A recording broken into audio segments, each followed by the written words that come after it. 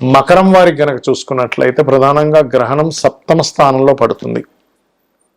మరి ఈ యొక్క గ్రహణం 12వ తేదీ 11:17 రాత్రిపూట సమయం ప్రారంభమై 4:25 తెల్లవారు వరకు ఉంటుంది.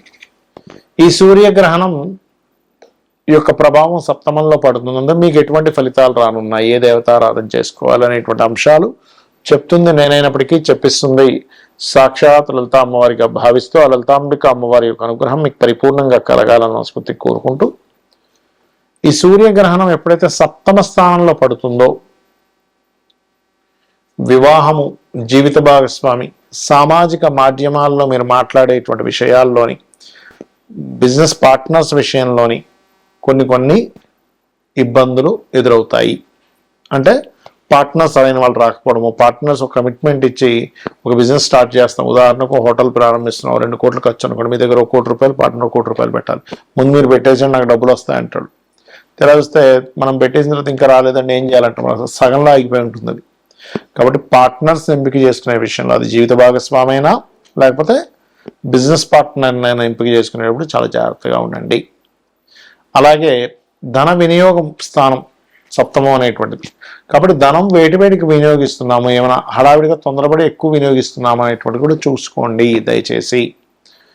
అలాగే ఇక్కడ ఈ సప్తమ స్థానం గ్రహణం మన ఇండియాలో లేదు కాబట్టి ప్రాబ్లం ఏం లేదు, వివాహ సంబంధించిన విషయాలకు అది.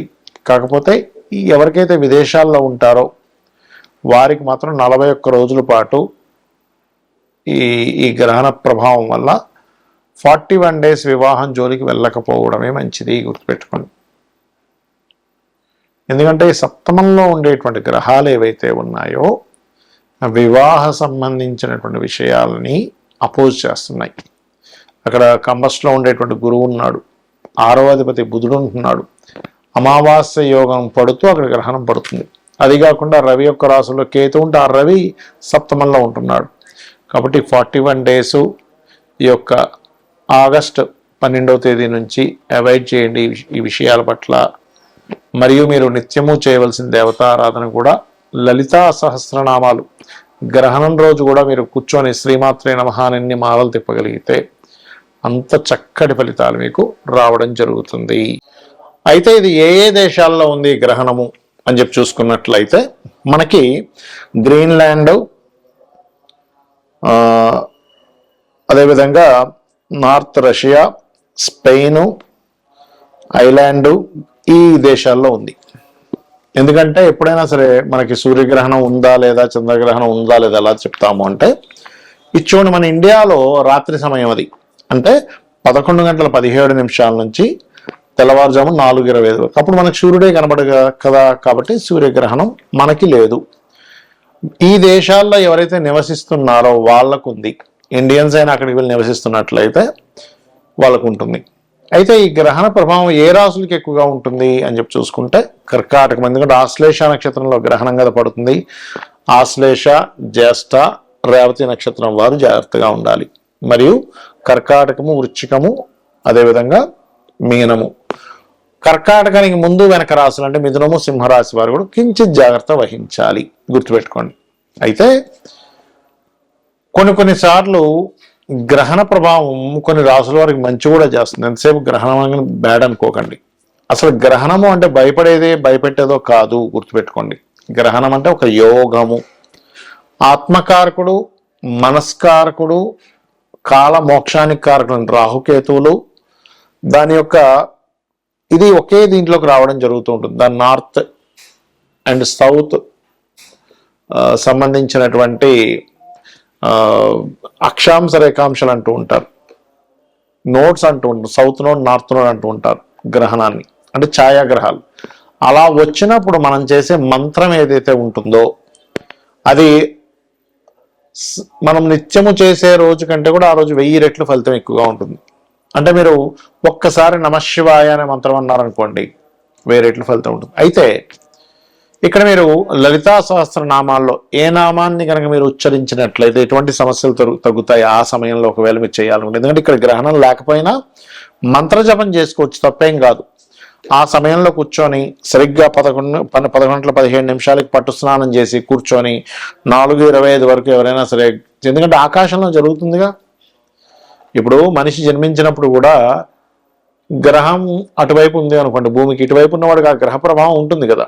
కాబట్టి ఇక్కడ ఈ స్త్రీలు గర్భవతులు ఏమి పాటించాల్సిన అవసరం లేదు, ఆహార వ్యవహారాల విషయాల్లో ఏం పాటించాల్సిన అవసరం లేదు ఇండియాలో ఉండేటువంటి వారికి. కాకపోతే జపం చేసుకోవచ్చు, దానివల్ల బోల్డంత బలం ఉంటుంది. ఇప్పుడు వివాహం అవ్వట్లేదు అనుకుంటున్నారు అనుకోండి, అప్పుడు ఓం కామేశబద్ధ మాంగళ్య సూత్ర శోభిత కందరాయ నమః నమ్మకంగా చేయండి, ఖచ్చితంగా పనిచేస్తుంది. లేదంటే వివాహం అయింది, వివాహ జీవితం బాలేదు, ఓం శివకామేశ్వరాంకస్తా శివా స్వాధీన వల్లభాయ నమః. అంటే ధనానికి లోటుంది, ధనం రావట్లేదు అనుకునేటువంటి వారు ఓం సంపత్కరీ సమారూఢ సింధుర వ్రజ సేవితాయ నమః,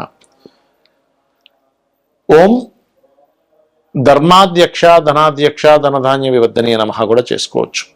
అలా కాదు, అప్పులు ఉన్నాయి, ఇవాళ రేపు మనం చూసుకుంటే అప్పులు ఎక్కువగా ఉంటున్నాయి జనాలకి, అలాంటప్పుడు ఓం అపర్ణాయై నమః అనే మంత్రం చేసుకోవచ్చు.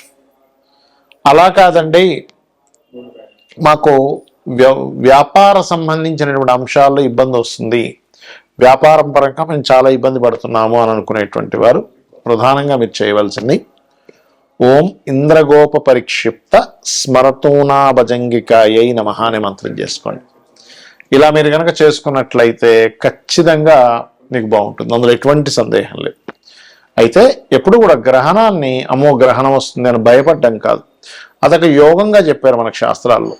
కాబట్టి ఆ అద్భుతమైన యోగం, ఎందుకంటే ఒక మంత్ర జపం ఏదైతే ఉంటుందో ఆ మంత్ర జపము చేయడం ద్వారా మన పూర్వజన్మ కర్మ తగ్గుతుంది.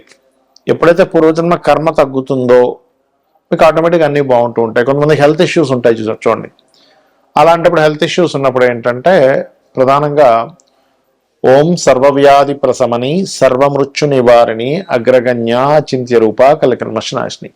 ఇప్పుడు నేను ఒక్కొక్క రాశికి ఒక్కొక్కటి చెప్పుకుంటూ వచ్చాను.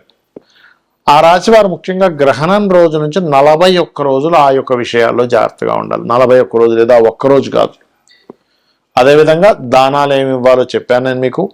మరొక విషయం ఏంటంటే, ఏమంటే నాకు రాశి తెలియదు ఏమీ తెలియదండి, కానీ గ్రహణ ప్రభావం నా మీద ఉంటుందా అంటే మీరు ఆ సమయంలో మీ ఇష్టదైవాన్ని స్మరించుకోండి, సరిపోతుంది. రాశి తెలియదు అన్నప్పుడు పేరుతో చూసుకోవడం, పేరుతో చూసి గ్రహణం పడుతుంది అనుకోవడం అనేటువంటిది కరెక్ట్ కాదు. మీ జన్మ వివరాలు సరిగ్గా ఉంటే అప్పుడు మాత్రమే మీ గ్రహణం లగ్నం నుంచి కానీ రాశి నుంచి కానీ ఎక్కడ పడుతుంది, దానివల్ల కలిగే ఫలితాలు ఏమిటనేటువంటిది చూసుకోవాలి, గుర్తుపెట్టుకోండి.